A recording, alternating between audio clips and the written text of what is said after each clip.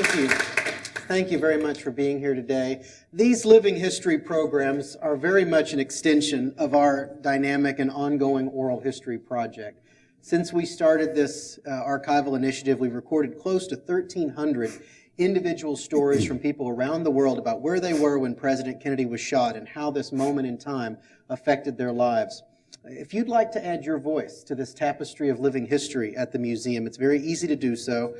Just contact us via our website, jfk.org. If you live here in the Dallas-Fort Worth area, we can invite you back to the museum for a videotaped interview for the collection. If you are visiting from out of town, we can record a telephone interview. But every story is important, and so we'd like to add your voice to this collection of history at the museum. And every so often in doing these oral histories, a remarkable storyteller emerges, and we like to invite those folks back for a public forum, and that's what living history is all about. Pierce Allman was the program director at WFAA-Radio here in Dallas in 1963, and he was an eyewitness to the assassination, standing right down here at the corner of Houston and Elm Street, directly opposite the front door of the Texas School Book Depository building. So we have a remarkable story to share with you today, and I hope you will now join me in welcoming Pierce Allman to tell his story. Thank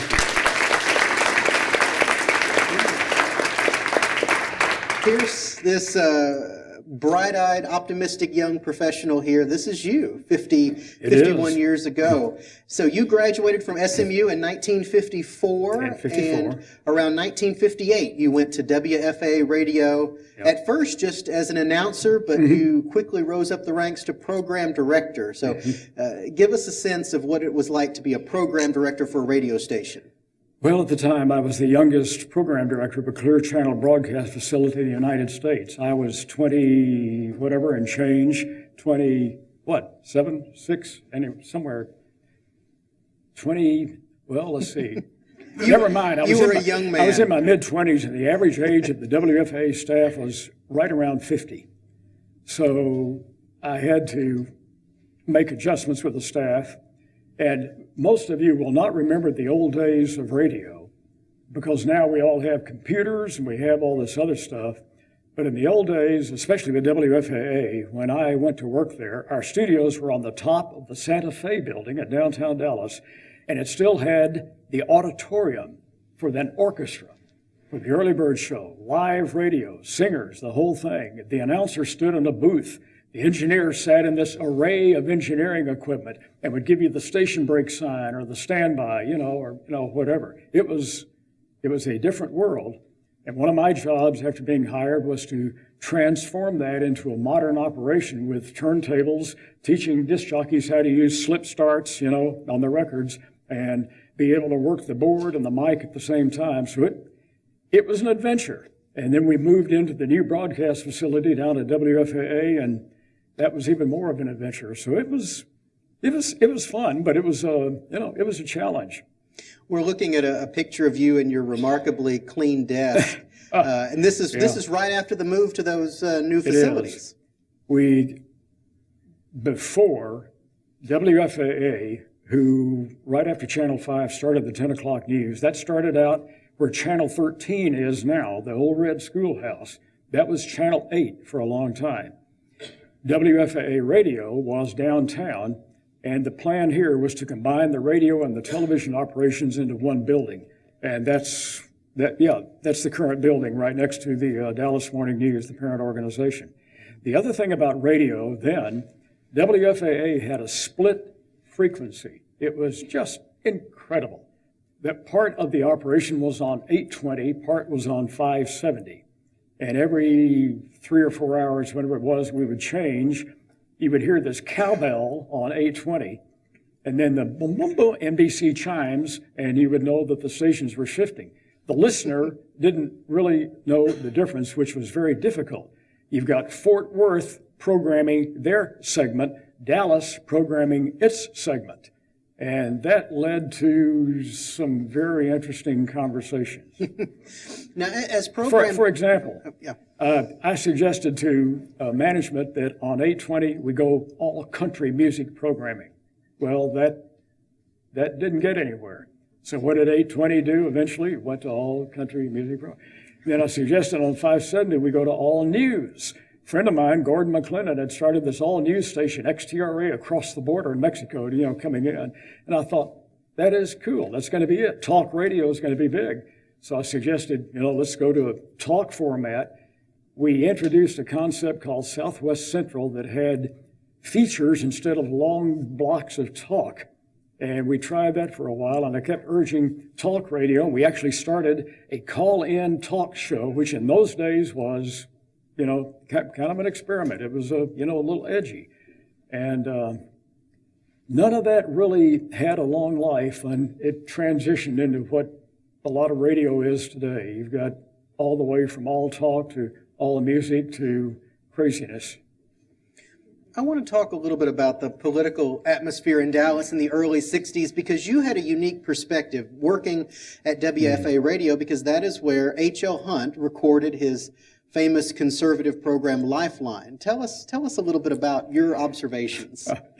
Mr. Hunt was he was a fascinating guy. He called me and wanted me to come to his office, and I walked in and was given the traditional lunch. That was the brown bag with a barbecue sandwich and some chips. And he handed me some walnuts to take with me as I left, because he was a big believer in the nutritive value and the longevity of walnuts.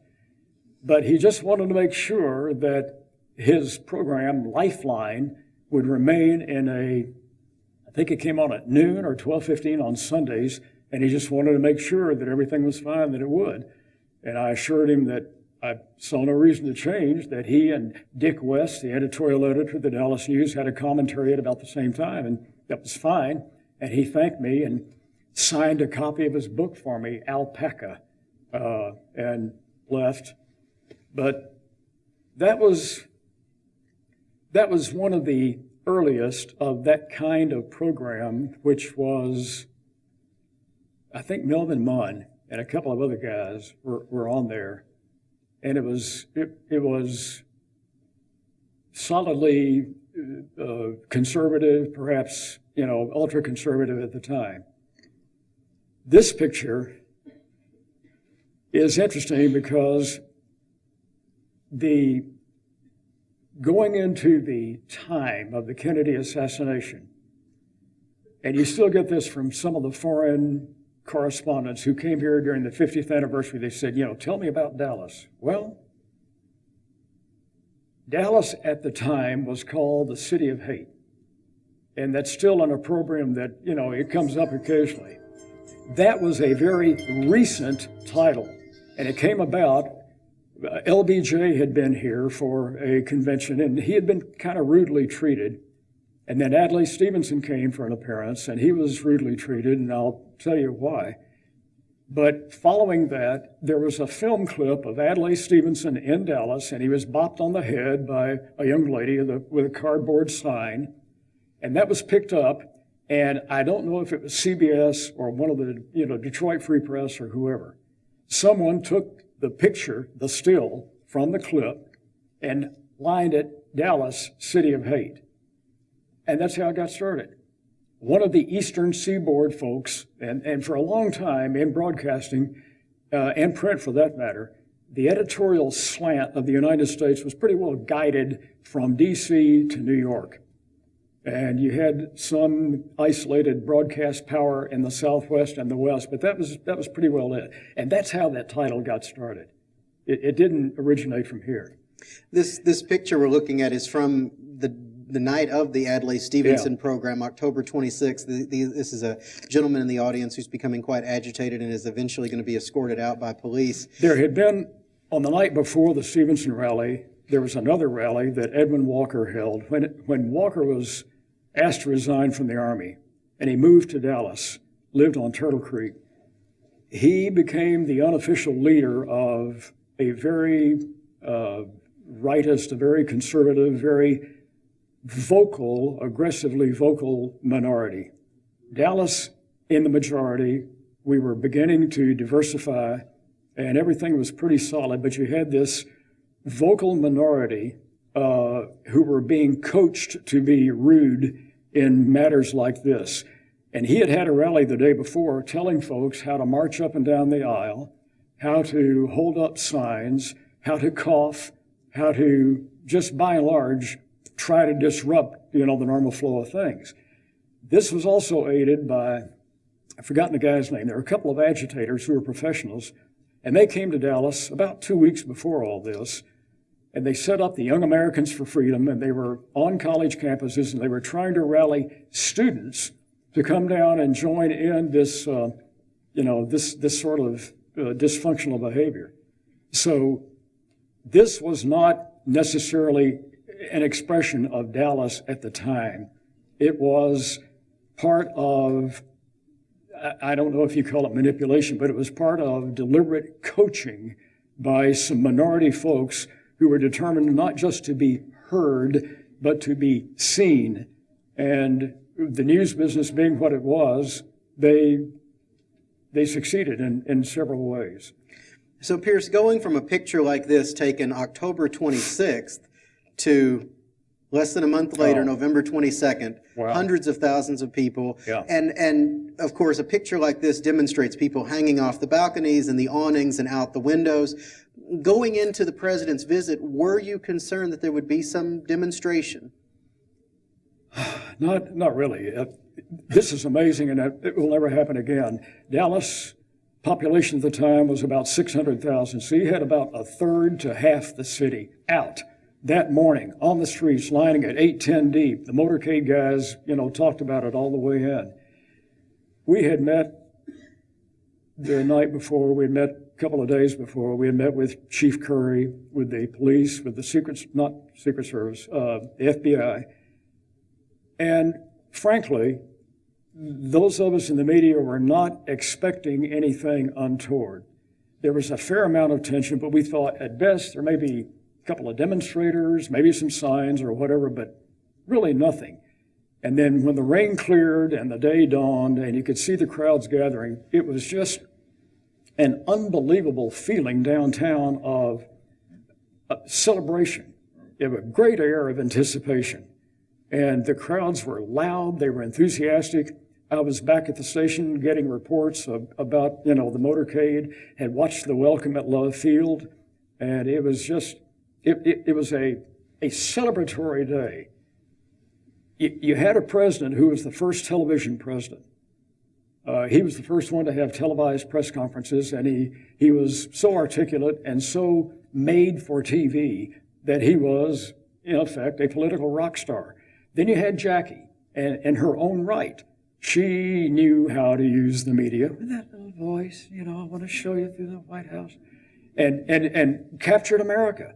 So when Jackie decided to make the trip, which was very unusual, they had just lost their infant son, and they were grieving together, and Jackie said, "I'll go with you." And that was unusual, but when it was announced that Jackie was going to make this tour to Texas, the heightened expectations just went through the roof, because the closest thing to royalty was coming to town. That was it. And so let's go see the president and the first lady. If you remember the coverage the night before in Fort Worth, it was wonderful because, the president and LBJ, the vice president, were there. Jackie was not there yet, and they had started the live coverage of the dinner. And finally, Jackie came in, and she, the woman knew how to make an entrance. And she came in, and the camera started following her, and it was just the crowd started applauding, and that's when Kennedy made that famous, when I went to Paris, I was known as the man that accompanied Mrs. Kennedy to Paris. And he said, "I'm getting the same feeling here." He said, "No one asks what Lyndon and I wear." The guy was a superb political performer. I was quite taken with him. You didn't have a particular assignment that day. You were just a spectator like everyone else. Really, no. We had been coordinating all the coverage and talking about who was going to go where, and I'd watched. I was so impressed with the night before with how Kennedy handled himself, and then that morning, when he got off the plane and they got the roses and the whole thing, you could see the consternation on the face of the Secret Service, because the first thing Kennedy did was to ignore the taped guidelines on the tarmac, and he went to the fence. That's where the people were. And he started shaking hands. And I thought, this guy is just an unbelievably skilled at his craft. He's good. And I thought he had, enormous potential.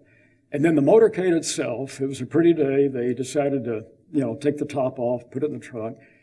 Kennedy did not really relish Secret Service being close around him, and they knew this. And if you talk to the Secret Service guys, they'll tell you the same thing.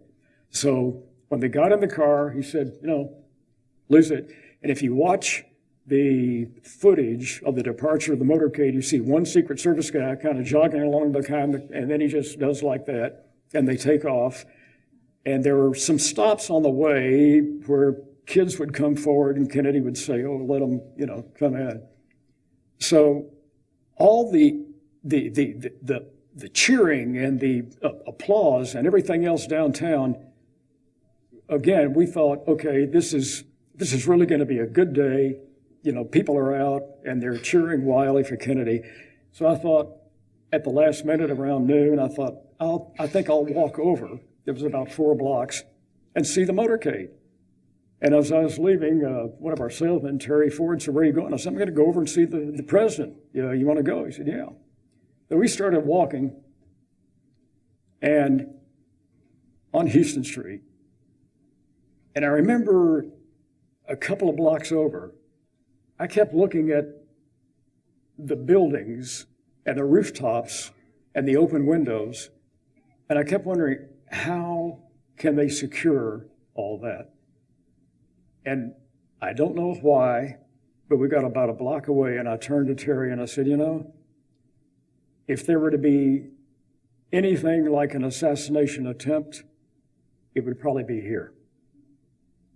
Again, I have no idea why that popped into mind, but walked over and took a stand on the corner, right opposite the front door of the depository building, which was, from here to there. And I didn't even notice, the lead car. And to tell you the truth, I really didn't even notice John and Ellie Connolly in the limo. They were in the jump seats. But I was just struck by Mr. and Miss Kennedy. Jackie was closest to me, and the JFK was on the other side. And JFK had this sort of, wave like that. He would brush the hair out of his face. And Jackie had this marvelous little, she's carrying the roses. She had this marvelous wave, a great smile. And they came by, and I turned, and I was so carried away, I hollered out something like, "Welcome to Dallas, Mr. President." And then they turned the corner, and boom, Let's take a moment and watch this home movie. Okay. There was a young girl, 13 years old, Tina Towner, standing near your location there at the corner of Houston and Elm. Yeah, and we're going to watch her home movie, which gives us sort of Pierce's viewpoint of the Kennedy parade that day. And you'll see the car is going to go right past the front door of this building. Yep. So as it made its way down Elm Street, Pierce, what do you remember? When the first shot happened, it really didn't.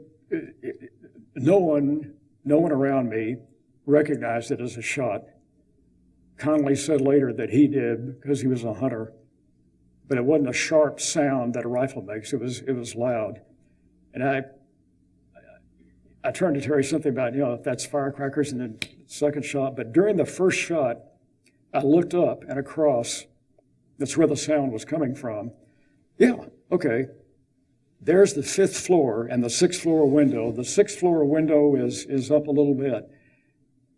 To this day, I couldn't tell you whether I saw a rifle or not, but there were 3 guys hanging out of that 5th floor window, and they were looking up and pointing, and this is all at a glance. Please understand the time perspective. The total time from when the limo turned until it went left under the triple underpass was 18 or 19 seconds. And the shots were 6.5 to 7 seconds. So I glanced up and then glanced down, and the second shot And Kennedy didn't have a violent reaction. His right arm was on the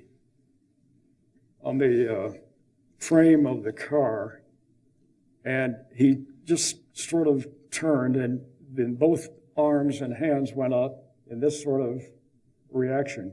And Jackie sort of leaned forward, and the car kept progressing. The car never slowed down. The car never took evasive action. And then I had glanced kind of over at the hillside a little bit, and then the third shot hit.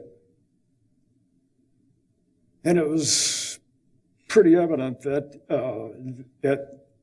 he was hit. I did not see the Bill Newman on the other side of the street. I was on this side of the street, and I didn't see the moment of the disintegration of the skull. But the split second after, when he went forward, went to the side. Remember, on the second shot, Kennedy was wearing a back brace. He had on this very tightly laced back brace, and he didn't topple over. So he just, he was still upright. So the assassin had, for the third shot, essentially the second shot, just a few feet further. But on the third shot, he did topple over. Jackie was screaming, and Clint Hill, Jackie's Secret Service agent, had jumped off the minute he heard the first shot, and he ran right in front of me. And he ran as fast as he could, and he barely managed to get over the left rear of the limo and then spread himself down and pushing the president and the first lady, and then telling them, go, go, go. And Jackie, right after the president toppled to the left, Jackie got up out of the seat and was crawling over the back of the car. And it was erroneously reported by Life and by others at the time that she was trying to get out of the car, and that was not true. What it turned out, she was trying to retrieve a piece of skull from her husband, and she actually did succeed. She had that little piece of matter that she took with her to the hospital and handed to the attendant when she got there. But then the car sped off. It slowed momentarily, and the guys in the front seat had turned around, and we were looking back and up at the depository building, and it left. And I thought, I've got to get to a phone. Remember the day, 63, there were no cell phones. The transistor radio had just been invented. So if you didn't have a telephone, and I've got to find a phone, and it dawned on me, there's probably one in the depository building. So I ran down the street a little bit, ran across the street, I'm not sure why, and picked up this couple with two kids. And it turned out to be the Newmans. They actually came to the studio later, and I stopped and I said, "Are you okay?" And Bill looked up at me. He said, "Yeah," but he said, "They got the president. They blew the side of his head in." And so those were the words that I remembered as I then started up the hill and thought, no, I've got to find the phone. So I ran back down the hill and ran up and went up the steps of the depository building. And there was a guy in the doorway, and I ran up to him and asked him where a phone was, and he jerked his thumb and he said, "In there." I said, "Thank you," and went on in. Found the phone in the lobby, one of the old black, phones. I can't remember if it was a dial or a push button, and called the station and had trouble getting through. And when I finally got through, this was within 3 minutes after the shooting. And I called in, and the whole time that I was running, I was trying to think, what are you going to say? I really, from my vantage point, on the second shot, I couldn't tell if he was hit or if that was a solid hit. Did it graze? I couldn't tell. Third shot, yeah, evidently a hit, but what? And I just didn't, I felt totally ill at ease going on the air saying the president had been shot twice. I didn't know that. You certainly don't go on the air and say he's been killed. You don't know that. So if I were to go on the air at all and say anything that the president actually been shot, where'd he go? We don't know. What's his condition? We don't know. It would have been very inadequate reporting. So I thought, okay, I really did not know what I said until I heard, the tape later. And then the other thing that went through my mind, for those of you who are of a later age group, in the 60s, we were still in the Cold War with Russia. And in 63, there was increased tension. And the mindset of everyone there who was involved with the media and from LBJ on down, the mindset for that 72-hour period was that this was a conspiracy, and probably a Russian conspiracy. In fact, there were media reports of that later during the weekend. And that went through my mind. I thought, if someone's shooting at the president, it is bound to be a conspiracy.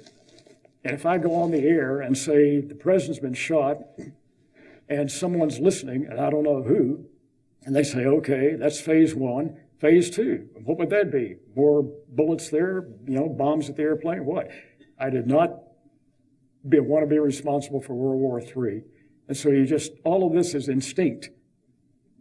Understand that in a situation like that, no one is ever prepared. No city, no law enforcement agency, no news organization. And right after the first shot, intellectually, I was processing, this is happening. Someone in my hometown is shooting at the president. Emotionally, I'm saying, this can't be happening. There was an unreal quality to the entire thing. So when I did go on the air... We're going to listen to that now. Okay. So let's listen to Pierce's report. Of course, this was broadcast on the radio, so we have combined this radio report with some images from our collection. You'll see some images from the Dallas Times Herald photographers, as well as from a bystander named Phil Willis. And the very first picture that's going to pop up actually shows Pierce, and I will circle him when we get to that. So let's listen to Pierce's report. This is Pierce Allman from the Texas School Book Depository building for WFAA News. Just a few minutes ago, the President of the United States turned from Houston Street onto Elm Street on his way to a scheduled luncheon appearance at the Stummins Trade Mart. And as he went by the Texas School Book Depository, headed for the triple underpass, there were three loud, reverberating explosions. Nobody moved. Everyone seemed stunned. A few seemed to look around, wondering who has the firecrackers.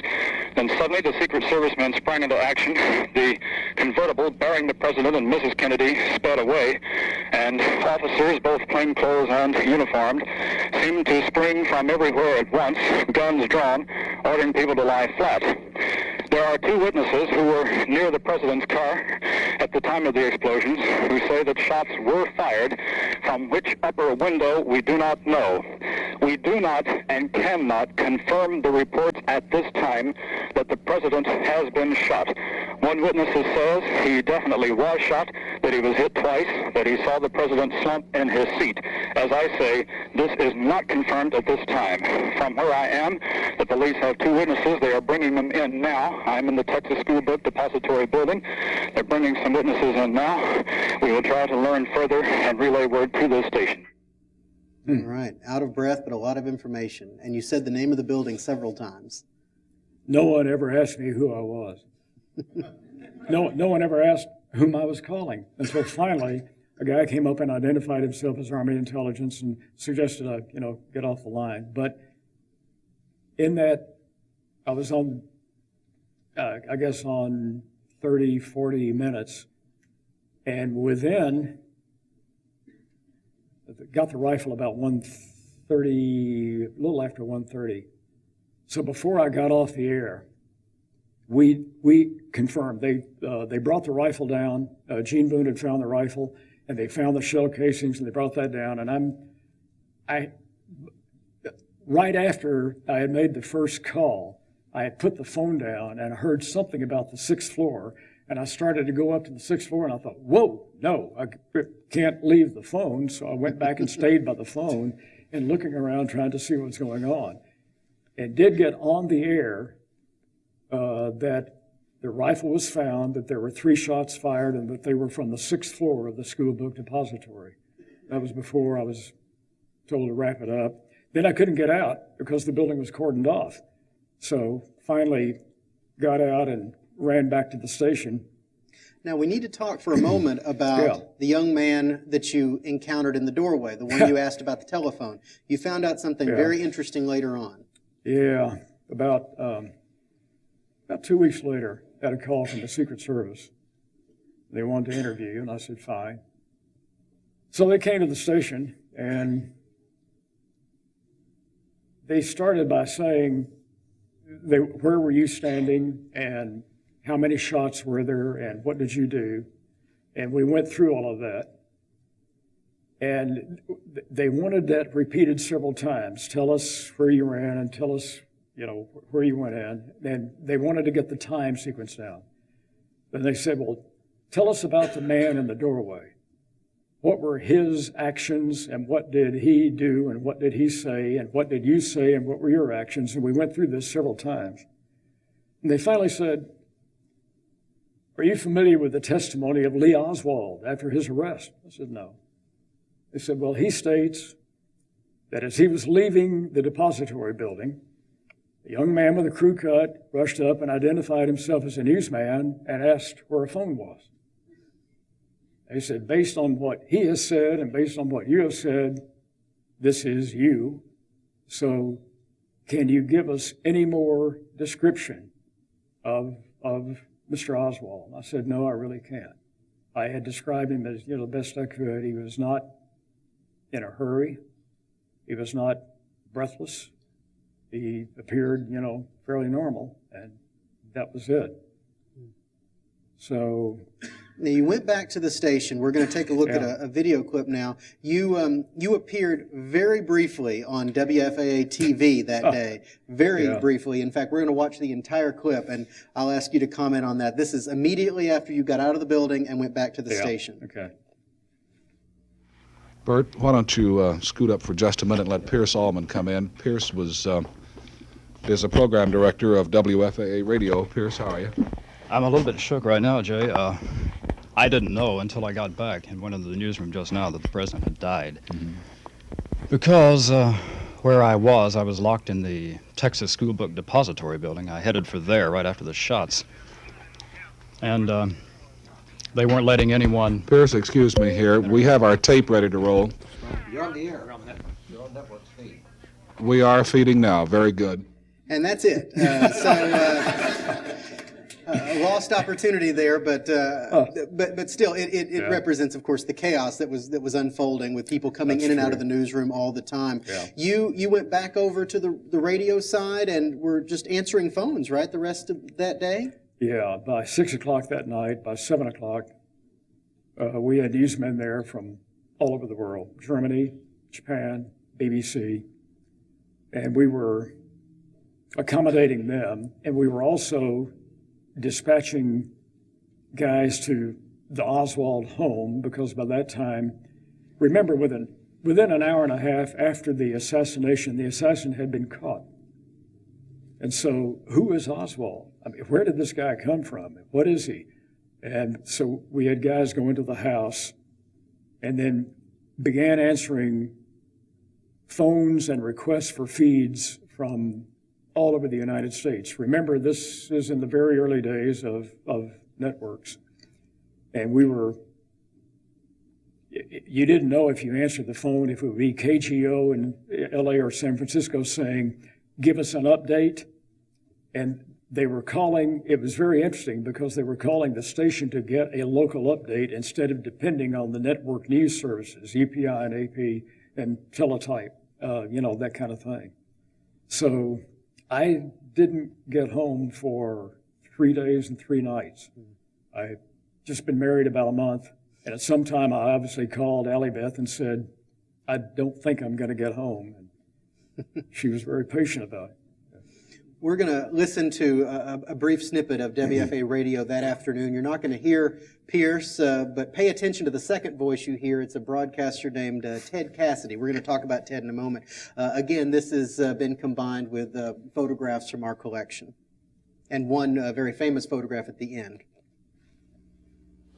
Dallas police, as you may have heard, have arrested a 24-year-old man whose name is Lee H. Oswald on West Jefferson.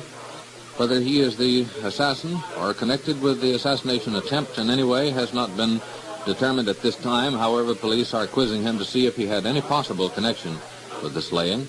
We do not know the name of the man or what authority arrested a person in Fort Worth, but someone in Fort Worth has been apprehended, and a person in Dallas has been apprehended, and police apparently are questioning both of them now. J. Edgar Hoover has ordered a full Federal Bureau investigation, Federal Bureau and FBI investigation here in Dallas, and apparently more than local officials will be involved. Ted Cassidy has just come in with some possible new information. Here's a bulletin, John, that may have some credence. It's been now issued by 2 wire services.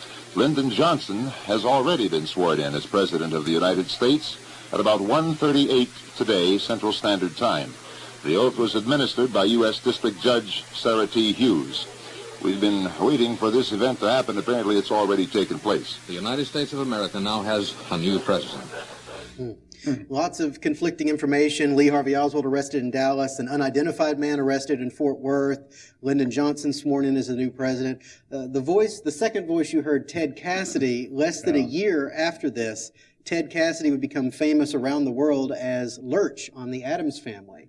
And you hired Ted at WFAA. Yeah, Ted had gone to Stetson University in Florida, and he had sent me a tape, and the guy had this unbelievable voice, like it was coming through, a battery of field microphones.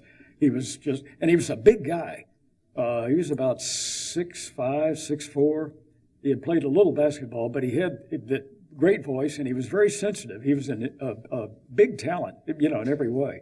So I hired him. We became very good friends, and he said, I really want to go to L.A. and do something. And several of the guys, several of them, I hired Murphy Martin, I hired Bob Walker, Bud Shurian, George Cook, guys that went on. And I said, Ted, if you read their contracts carefully, just be careful, because you don't own yourself once you go out there. But he was determined. He worked out, and he hired the a production crew at WFAA to shoot some audition footage of him. I think one of the things there were a couple of scenes he did, I can't remember. And son of a gun, he got this audition call from a new show called The Addams Family. And they wanted him, and he went out there, and he called me, and he said, guess what? And I said, what? And he got it. And I was just so pleased for the guy. He died very young on an operating table. They were trying to do something.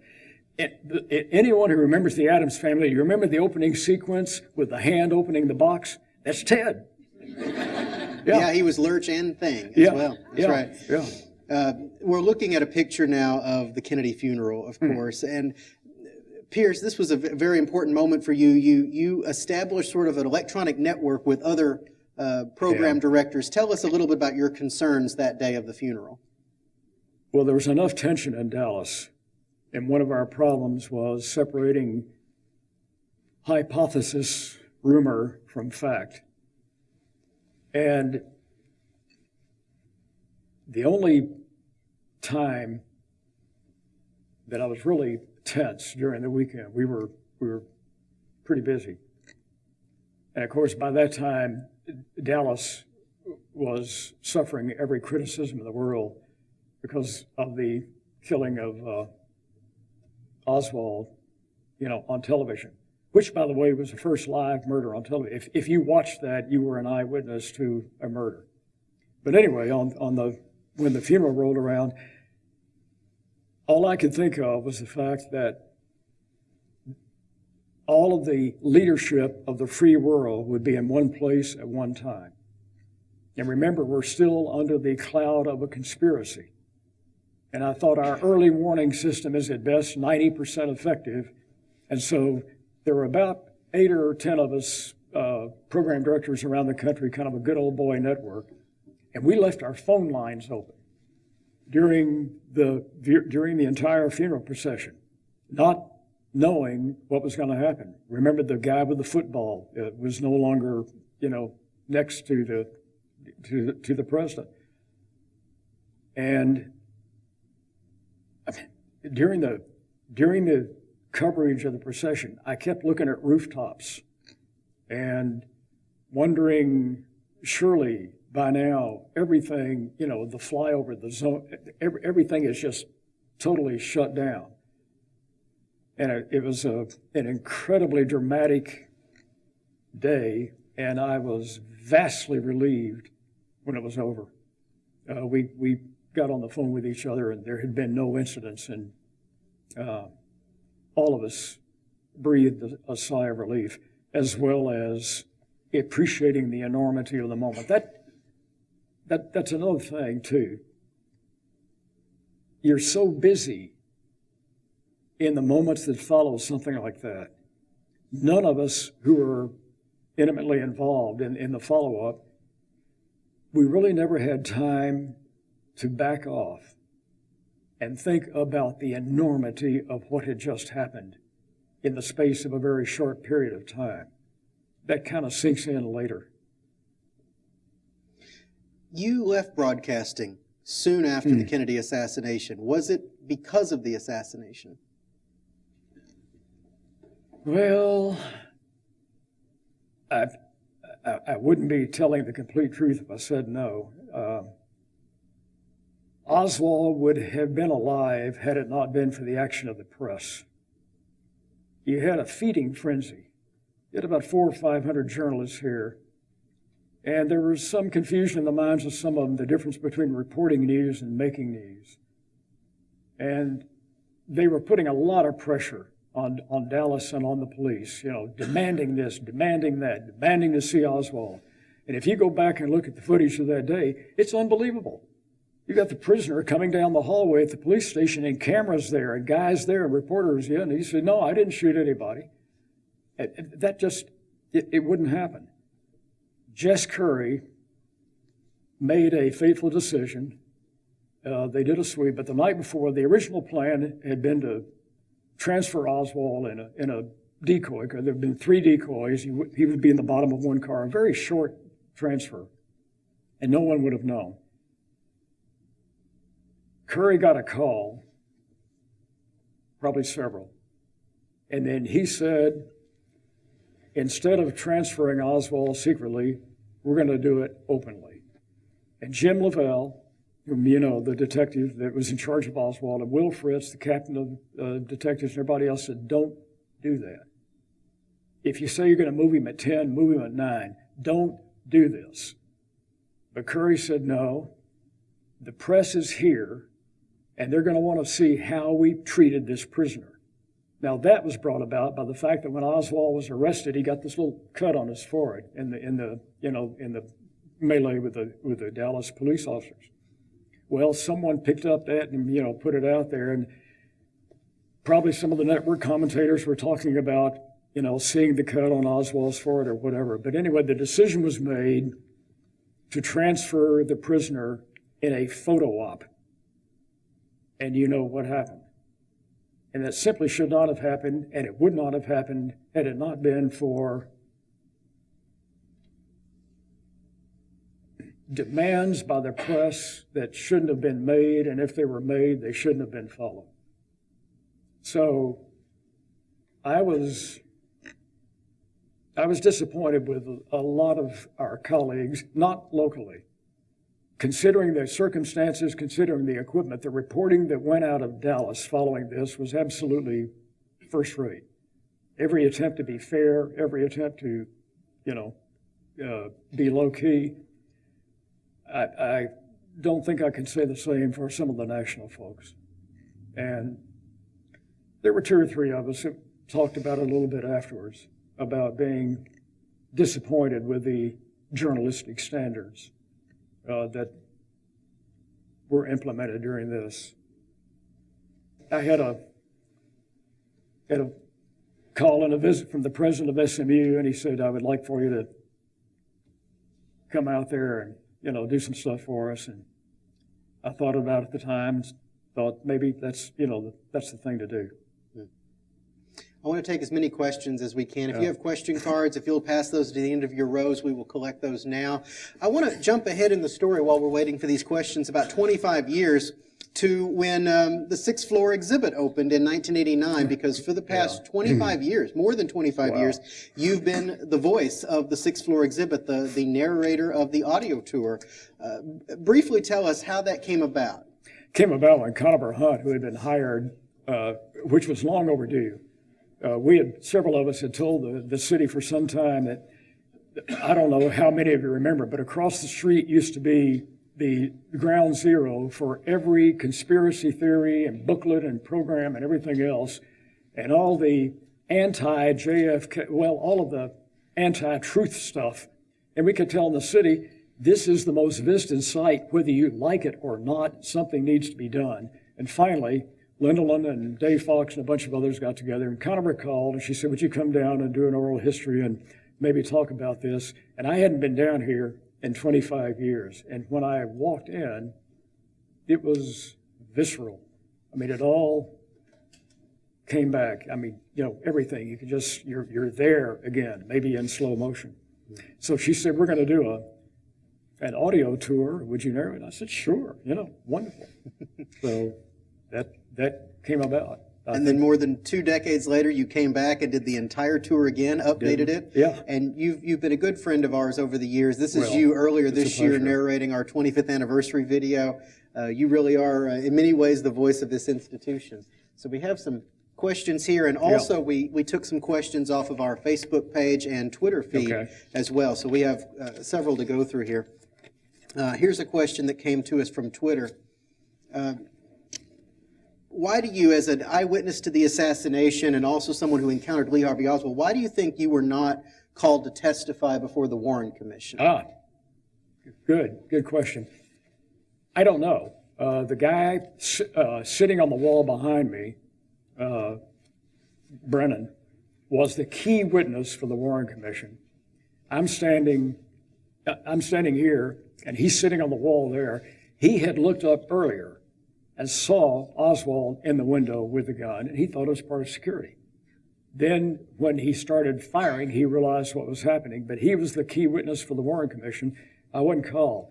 I did testify before the House Select Committee on Assassinations later, and I don't think they really wanted my testimony because they went in with an agenda to disprove the Warren Commission and come out with that 4-shot theory, which didn't work out. That was based on the acoustical test they did, and that turned out to be nothing. In the 50 years since, there has not been any credible evidence to the contrary. Now, I met with the Warren Commission guys when they had their reunion here a few months ago. Last year, whatever. And they said, there will be those who will fault what we did, some of the things we were not allowed to do. They weren't allowed, that much time with Jackie. And he said, they can fault our methods, but he said, everyone eventually will come to the same conclusion. They won't be able to disprove it. And I think that's, if you were there that day, there were 3 shots, and they came from in front and above. And 1 man, 1 gun, 3 shots. You just answered most of these questions with that one. There are a few that ask very specifically about your encounter with Oswald. Did Oswald have anything in his hands?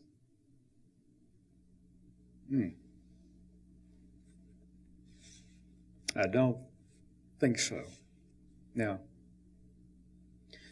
From that brief encounter, do you think it was possible that Oswald could have run down from the 6th floor to that spot so quickly? Yeah, absolutely. The transcript, the Secret Service records of his leaving the building at 12:32 12:33 coincide with when I would have gone in.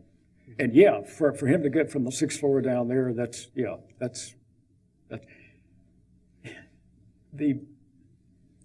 one of the kind of bothersome things I've thought about.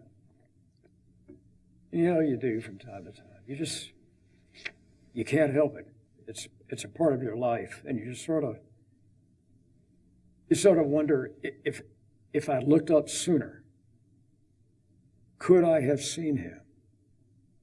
And then if I had, would, in my haste to get to a phone, would I have recognized him later?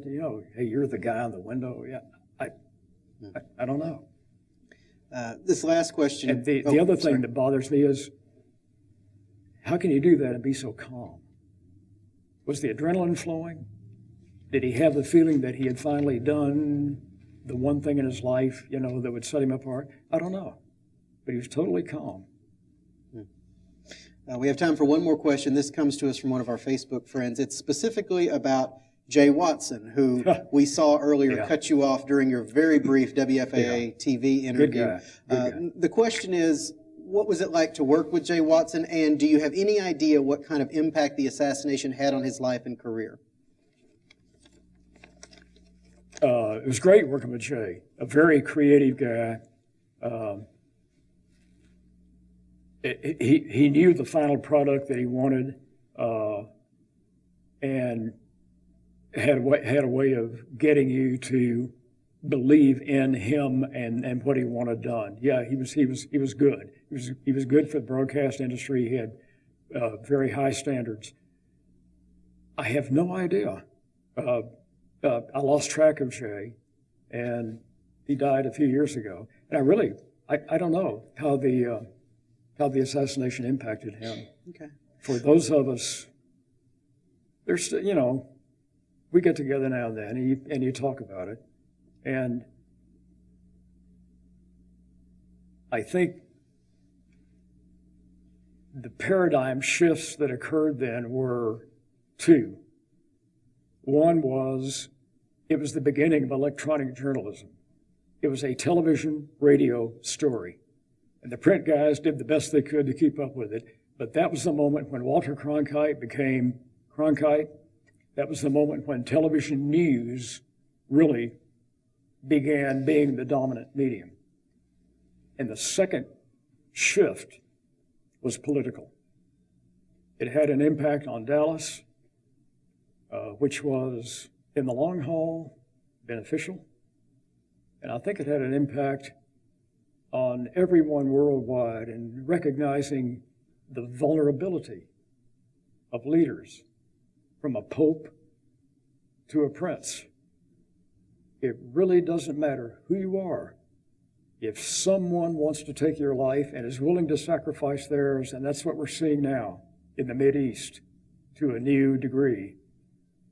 But it's this vulnerability, and then since then, the omnipresence of the media. Can you imagine November 22nd, 1963 with today's media? With a plaza full of iPhones, it would have been extraordinary to have all of that videography and photography of the assassination. You have been interviewed numerous times for documentaries, for books over the years. This has become part of your life over the last half century.